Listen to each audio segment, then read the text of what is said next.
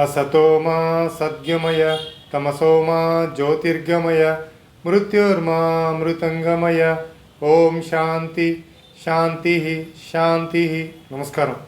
నేను మీ Chamarthi Muralikrishna, Padmavati astrology centre, Tiruchendur, Tirupati. Hindu లగ్నం ఒకప్పుడు మనం వీడియోస్ చేసాం, ఒకటో రెండో మీ అందరికీ గుర్తుండే ఉంటుంది. అసలు హిందూ లగ్నం అనేది దేనికి మనం తీసుకుంటామంటే, జాతకంలో ధనయోగాలు ఉన్నాయా, హిందూ లగ్నం వల్ల మనం వెల్త్ అనేది లెక్కిస్తాం. హిందూ అంటేనే ధనం. ఇక్కడ చంద్రుని బట్టి ఏర్పడుతుంది. ఎలా అంటే లగ్నానికి భాగ్యాధిపతి, చంద్రుడికి భాగ్యాధిపతి, వాళ్ళిద్దరి యొక్క కళలు కూడి 12తో భాగిస్తాం. రిమైండర్ 12కి తక్కువగా 11 వరకు, 1 నుంచి 11 మధ్యలో వస్తే చంద్రుడి నుంచి అన్న రాశి లెక్కిస్తాం. ఇప్పుడు రిమైండర్ 1 వచ్చిందనుకోండి, చంద్రుడు ఉన్న ప్లేసే హిందూ లగ్నం అవుతుంది. రిమైండర్ 2 వస్తే చంద్రుడికి 2వ స్థానం అవుతుంది. రిమైండర్ 3 వచ్చిందనుకోండి, చంద్రుడి నుంచి 3వ రాశి అవుతుంది. అదే 0 వచ్చిందనుకోండి, అప్పుడేం చేస్తాము, చంద్రుడికి 12వ రాశి తీసుకుంటాం. 0 అంటే 12 మాట. అయితే ఈ కళ్ళు మీకు మరొకసారి చెప్తాను, వినండి. ఒక పేపర్ మీద రాసుకోండి, మర్చిపోతారు. చంద్రుడికి రవికి కళలు వచ్చేసరికి, రవికి 30 కళలు, 30 పాయింట్స్ మాట, 30. మూన్కి 16 పాయింట్లు, 16 మాట, 16. కుజుడికి వచ్చేసరికి 6 పాయింట్లు. అలాగే బుధుడికి వచ్చి 8 పాయింట్లు. గురువుకేమో 10 పాయింట్లు, అంటే 10 కళలు. శుక్రుడికేమో 12, శనికి 1. మళ్ళీ ఒకసారి చెప్తాను వినండి. రవికి 30 కళలు, చంద్రుడికి 16, కుజుడికి వచ్చేసరికి 6, బుధుడికి 8, గురువుకి ఏమో 10, శుక్రుడికి వచ్చేసరికి ఏమో 12, శనికి 1.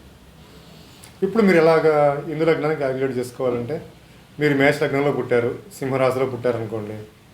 మేష లగ్నానికి భాగ్యస్థానం ఏమైంది, గురువు అయ్యాడు. గురువుకి ఎన్ని కళలు ఇందా చెప్పుకున్నాం కదా, 10 కళలు. ఇప్పుడు ఈ సింహరాశికి భాగ్యస్థానం ఏమవుతుంది, మేషరాశి అవుతుంది. దానికి అధిపతి ఎవరు, కుజుడు మాట. మరి కుజుడికి ఎన్ని కళలు అంటే 6 కళలు. ఈ 10ను 6 కూడితే 16 అవుతుంది. ఇప్పుడు 12తోటి భాగించండి. 12 12 పోతే 4 మిగులుతుంది. అంటే సింహరాశిలో ఉన్నాడు కాబట్టి చంద్రుడు, అక్కడి నుంచి 4వ రాశి హిందూ లగ్నం అవుతుంది. ఇది ప్రొసీజర్ అన్నమాట. ఇట్లా మీరు కూడా మీ హిందూ లగ్నాన్ని క్యాలిక్యులేట్ చేసుకోవాలి. చేసుకున్న తర్వాత హిందూ లగ్నాధిపతి మన జాతకంలో ధనస్థానంతో ధనాధిపతితో సంబంధాలు ఉండాలి. అప్పుడే వీళ్ళు కుబేరులు అవుతారు. కుబేరులు అంటే ధనాన్ని అపరిమితంగా సంపాదించడము అని అర్థం. పరిమితి లేకుండా ధన సంపాదన అంటాం. వీళ్ళు ట్యాక్స్ కూడా బాగా కడతారు, డబ్బులు సంపాదిస్తారు, ట్యాక్స్లు బాగా కడతారు. మరి హిందూ లగ్నాధిపతికిను ధనాధిపతికి, ధనస్థానానికి సంబంధాలు ఎట్లా ఉండాలి అనేది మనం జాతచక్రంలో పరిశీలన చేసుకొని చూడాలి.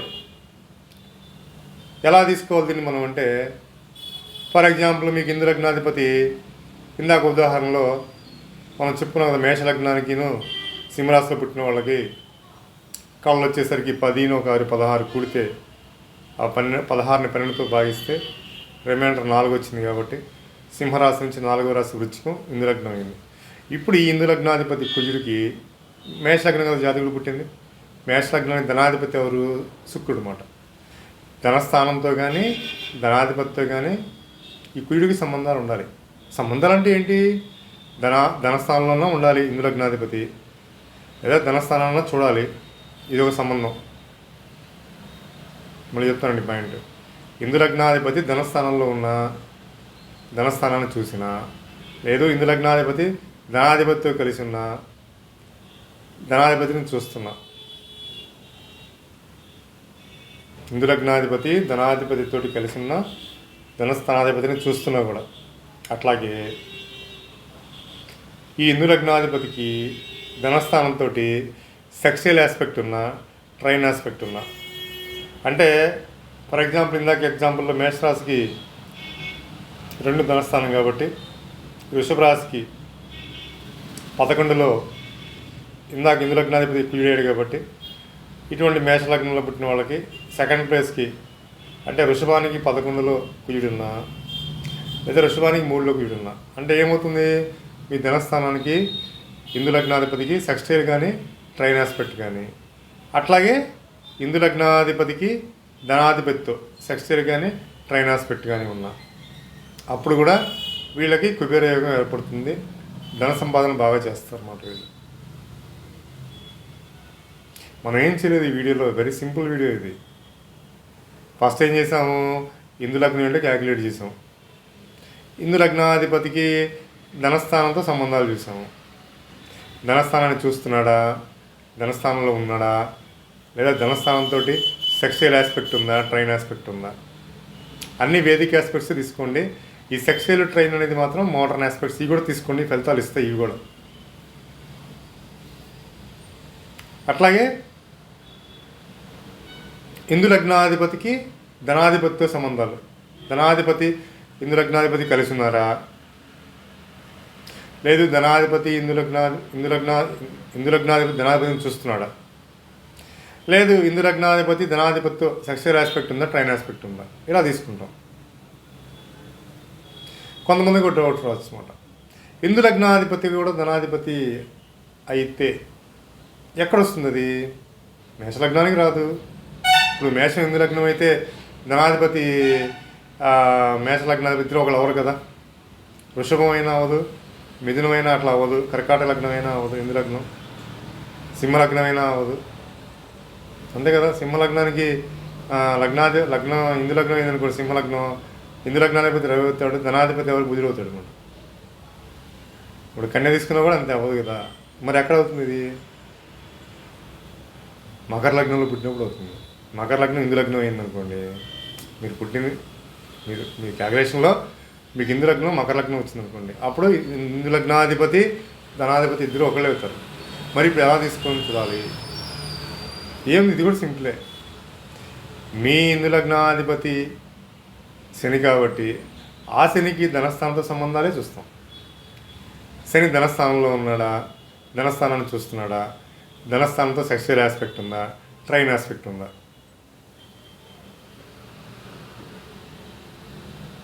ఇలా తీసుకుంటాం. ఇట్లా మీరు ఫస్ట్ మీ ఇందు లగ్నాన్ని క్యాలిక్యులేట్ చేసుకొని మీ ఇందు లగ్నాధిపతి ఎవరో పక్కన రాసి పెట్టుకోండి. ఆయనకి మీ ధనస్థానంతో సంబంధాలు, తర్వాత మీ ధనాధిపతితో సంబంధాలు. మరి ధనాధిపతి ఇందు లగ్నాధిపతి ఒకళ్ళైనప్పుడు ఇందా చెప్పాను మకర లగ్నానికి, అక్కడ శనిని మాత్రమే తీసుకుంటాం. మరి దశలకు ఎలా కనెక్ట్ అవ్వాలి ఈ కాన్సెప్ట్లు అంటే, ఇట్లాంటి యోగంలో పుట్టిన వాళ్ళకి జీవితంలో వీళ్ళు బాగా కష్టపడి గొప్పవాళ్ళు అవుతారండి. వీళ్ళు బాటమ్ నుంచి టాప్ పొజిషన్కి వస్తారు. టాప్ నుంచి బాటంకి ఎప్పుడు రారండి. ఒకవేళ వీళ్ళు సామాన్య కుటుంబాల్లో పుట్టినప్పుడు బాటమ్ పొజిషనే కదా, టాప్ పొజిషన్కి వస్తారు. లేదు వీళ్ళు మిడిల్ క్లాస్లో పుట్టారనుకోండి, లోయర్ క్లాస్కి రారు, మిడిల్కి అప్పర్ మిడిల్కి వెళ్తారు, మళ్ళీ అక్కడి నుంచి టాప్ క్లాస్కి వెళ్తారు అనమాట. అదే అప్పర్ క్లాస్లో పుడితే అట్లాగే ఉంటారు అన్నమాట వాళ్ళు, ఇంకా కిందకు వచ్చేది ఉండదు అన్నమాట. ఈ కాన్సెప్ట్ ఏం చెప్తుందంటే, ఈ వీడియో కాన్సెప్ట్ చాలా బాటంలో పుట్టారు, అతి సామాన్య కుటుంబాలు ఎన్నో ఉన్నాయి భూమి మీద. అత్యంత సామాన్య కుటుంబాలు అంటే ఏ రోజుకి ఆ రోజు కూడా గడపాలి మాట. వాళ్ళకి డబ్బులు 10 రూపాయలు వస్తేనే ఆ రోజు వాళ్ళకి తిండి దొరుకుతుంది, ఇలా దొరకదు. అట్లాంటి కుటుంబాల్లో పుట్టినా కూడా వీళ్ళకి ఈ యోగం ఉంటే వీళ్ళు అప్పర్ క్లాస్కి వచ్చేస్తారు జీవితంలో.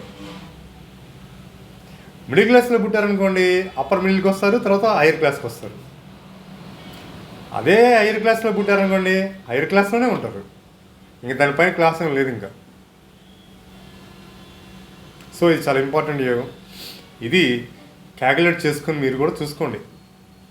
ఫస్ట్ మీరు చేయాల్సింది ఏంటి, కింద పాయింట్స్ చెప్పాను కాబట్టి మీ ఇందు లగ్నం క్యాలిక్యులేట్ చేసుకోండి. మీ ఇందు లగ్నాధిపతి ఎవరో పక్కన రాసి పెట్టుకోండి, మీ ధనాధిపతి ఎవరో రాసి పెట్టుకోండి. ఇప్పుడు మీ ధనస్థానంతో మీ ధనాధిపతితో ఇందు లగ్నాధిపతికి సంబంధాలు ఉన్నాయి, వెళ్ళండి, గుడ్, మంచిది. లేదు మిందు లగ్నాధిపతి ధనాధిపతి ఒకలేరు అనుకోండి, అది శని కాబట్టి మకర లగ్నానికి ఆ శనికి ధనస్థానంతో సంబంధాలు చూసుకోండి. ధనస్థానం చూస్తున్నాడా, ధనస్థానంలో ఉన్నాడా, లేదా ధనస్థానంకి శని సెక్షువల్ ఆస్పెక్ట్ ఉందా, ట్రైన్ ఆస్పెక్ట్ ఉందా. ఎట్లా అంటే ఇప్పుడు ఇందు లగ్నం ఒకరికి మకర లగ్నం అయింది అనుకోండి, ఉదాహరణ చెప్తా ఇది. ఇప్పుడు మకర లగ్నం అయినప్పుడు ఈ ఇందు లగ్నం ఇందు లగ్నాధిపతి శని కాబట్టి ఇప్పుడు మీ జన్మలగ్నం కూడా మకరం అయింది అనుకోండి, అంటే మకరానికి అధిపతి ఎవరు, సెకండ్ లార్డ్ శని అవుతాడు. అప్పుడు మీరు పుట్టిన జన్మలగ్నానికి ఇందు లగ్నము జన్మలగ్నం రెండు ఒకటైనాయి. ఇప్పుడు మీకు సెకండ్ లార్డ్ శని అవుతాడు కాబట్టి ఇట్లాంటి సందర్భంలో మీ శని రెండులోనే ఉండాలి, కుంభరాశిలో, లేదా కుంభరాశిని చూడాలి ఎక్కడైనా ఉండి రాశిచక్రం నుంచి. లేదు మీ శని ఈ కుంభరాశికి సెక్సువల్ ఆస్పెక్ట్లో కానీ ట్రైన్ ఆస్పెక్ట్లో ఉండాలన్నమాట. అంటే ఏంటి, కుంభరాశి నుంచి 3వ స్థానంలో, కుంభరాశి అంటే అంటే కుంభం, మీనం, మేషం తీసుకుంటాం కదా, అంటే మేషంలో శని ఉన్నప్పుడు సెక్సువల్ ఆస్పెక్ట్ అవుతుంది కదా కుంభరాశితోటి. లేదు ట్రైన్ ఆస్పెక్ట్ అంటే కుంభానికి 5th ప్లేస్ పొజిషన్ వెనక్కి రండి, అంటే తుల, వృశ్చికం, ధనుస్సు, మకరం, కుంభం, తులలో ఉన్న శని. అప్పుడు మీ ధనస్థానానికి మకర లగ్నానికి ధనస్థానానికి శనికి ట్రైన్ ఆస్పెక్ట్ ఏర్పడుతుంది కాబట్టి ఇప్పుడు కూడా తీసుకుంటాం దీన్ని. ఈ విధంగా చూసుకోవాలన్నమాట.